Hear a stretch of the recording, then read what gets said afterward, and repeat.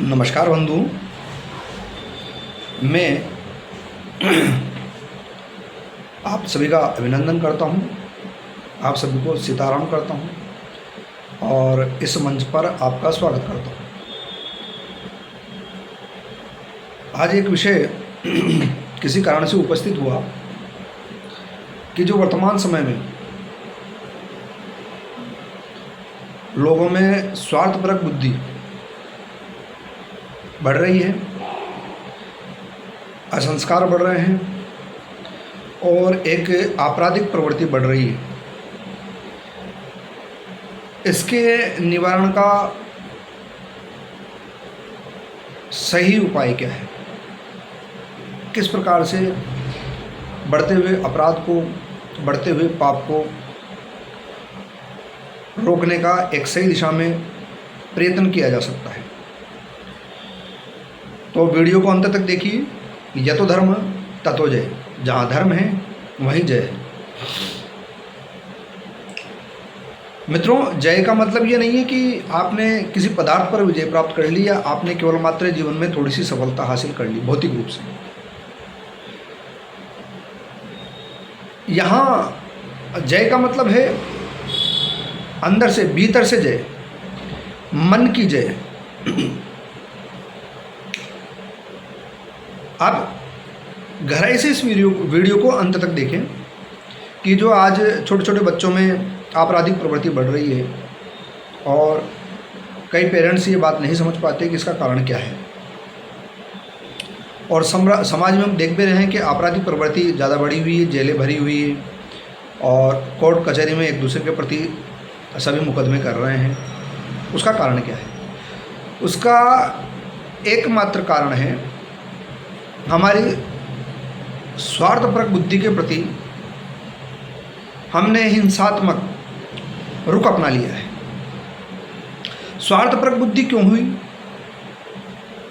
हिंसात्मक रुख का मतलब है कि चाहे शारीरिक रूप से हिंसा करो, चाहे मन से हिंसात्मक हो जाओ। अर्थात हम अन्य पदार्थ में, अन्य व्यक्ति अथवा अन्य जीव में हम ईश्वरीय भावना नहीं देख पा रहे।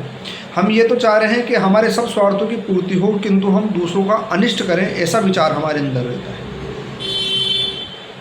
तो जब ये प्रवृत्ति बढ़ती है तब अपराध बढ़ता है।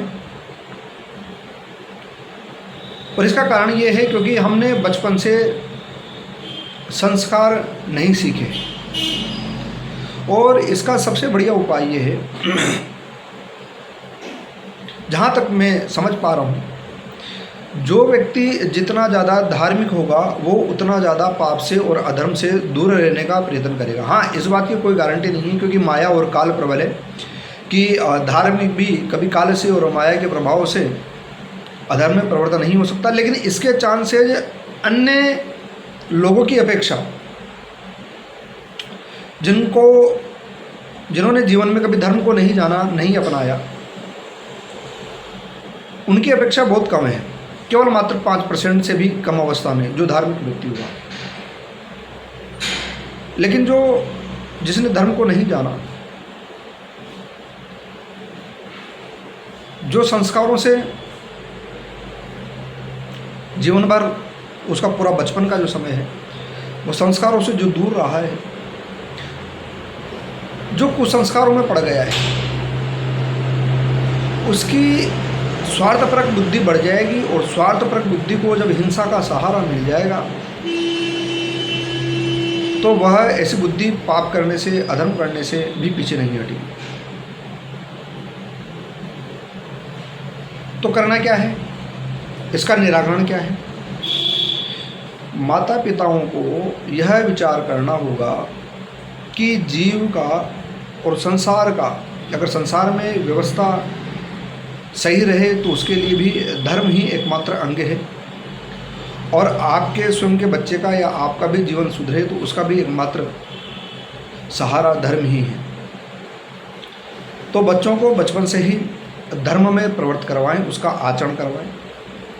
यदि आप बच्चों को धर्म का आचरण करवाते हैं तो आचरण जब भीतर उतरेगा तो वह आध्यात्मिक यात्रा पर चल पड़ेगा।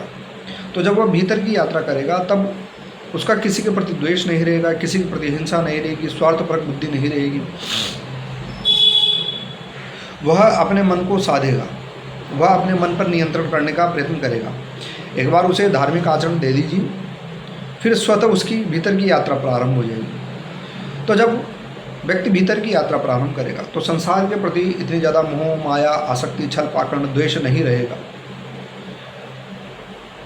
तो ऐसी स्थिति में धीरे धीरे जब इस प्रकार के समाज का निर्माण होगा, जो धार्मिक होगा, जो आध्यात्मिक होगा, तो वैसे ही अपराधों में कमी आ जाएगी। हिंसा के बल पर, दंड के बल पर कुछ समय के लिए अपराध को रोका जा सकता है, पर जब भीतर अपराध घटित हो रहा है, भीतर मन में धर्म का और आध्यात्म का बोध नहीं है, तो कभी न कभी जो भीतर दबी हुई ज्वाला है, स्वार्थपरक बुद्धि है, उसमें विस्फोट होगा और वो अपना कार्य करेगी और पुनः अपराध की ओर जीव बढ़ जाएगा, पाप की ओर बढ़ जाएगा, अधर्म की ओर बढ़ जाएगा। तो यहाँ इस मन को सही दिशा देगी। मन ही धर्म को स्वीकार कर सकता है, आध्यात्म के पथ पर चल सकता है, और मन ही अपराध की ओर प्रवृत्त होता है। शरीर जड़ है, शरीर अपराध नहीं करता है। यह जो मन है, इसकी ही गति होती है। तो मेरा आप सभी को यही निवेदन है कि अपने बच्चों को स्वयं भी धर्म का आचरण करें, धर्म को जानें। हमारे इतने सारे शास्त्र हैं, रामायण, महाभारत, भगवत गीता, न जाने वेद, 18 पुराण, इनका अध्ययन करें। अध्ययन करने के लिए आपकी बुद्धि और आपका चित्त शुद्ध होना चाहिए, वह होगा धर्म के आचरण से। तो जिन व्यक्तियों को आपसे अधिक धर्म का ज्ञान है, उन व्यक्तियों का संग करें, अर्थात सत्संग करें, सत्य का संग करें, उनके बताए हुए मार्ग पर चलें। स्वयं भी और अपने बच्चों को भी गीता और गायत्री से जोड़ें। गायत्री की एक विशेष प्रक्रिया है। जब व्यक्ति गायत्री का जप करता है तो जिस दिन से वह जब प्रारंभ करता है उसी दिन से उसके दोषों का निवारण होने लग जाता है। गायत्री का जो मूल कार्य है वह चित्त के दोषों का निवारण करना है, और जैसे ही चित्त के दोषों का निवारण होगा तो जीव के अंदर शेष जो बचेगा वह ज्ञान बचेगा। ऐसा व्यक्ति जो गीता और गायत्री पर दृढ़ निश्चय रखता है, धर्म का आचरण करता है, वह व्यक्ति निश्चित मानिए कि अधर्म में प्रवृत्त हो ही नहीं सकता। और यदि किसी काल के और माया के प्रभाव से किंचन मात्र अपवाद स्वरूप ऐसा हो भी जाता है तो उसके अंदर चूंकि आत्मग्लानि पैदा होगी और जीवन भर किए गए धर्म आचरण से पुनः वह धर्म की ओर आकृष्ट हो जाएगा और अधर्म से पुनः विरत हो जाएगा। तो और इसके बाद में है, यदि फिर भी कोई घटना घटित होती है, अधर्म हो जाता है, पाप हो जाता है, तो उसके लिए जो मिनिमम अवस्था पर है, जहाँ 100% पाप है, अधर्म है, अपराध है, अगर वहाँ धर्म आचरण करने से भी जब समाज धार्मिक बन जाए, आध्यात्मिक बन जाए, और उसी स्थिति में भी 5 या 10% अपराध होता है, तो उसके लिए कठोर दंड की व्यवस्था हो। और अगर 100% अपराधी समाज होगा तो उसके लिए कठोर दंड की व्यवस्था भी कार्य नहीं करेगी। तो सबसे पहले धर्म और आध्यात्म से व्यक्ति को जोड़ें, सत्य और असत्य का, धर्म और अधर्म का निर्णय करना सिखाएं, गीता और गायत्री से जोड़ें। तत्पश्चात कठोर कानून हो। तो इस विधि से अगर समाज चले तो मेरा मानना है कि अधिक से अधिक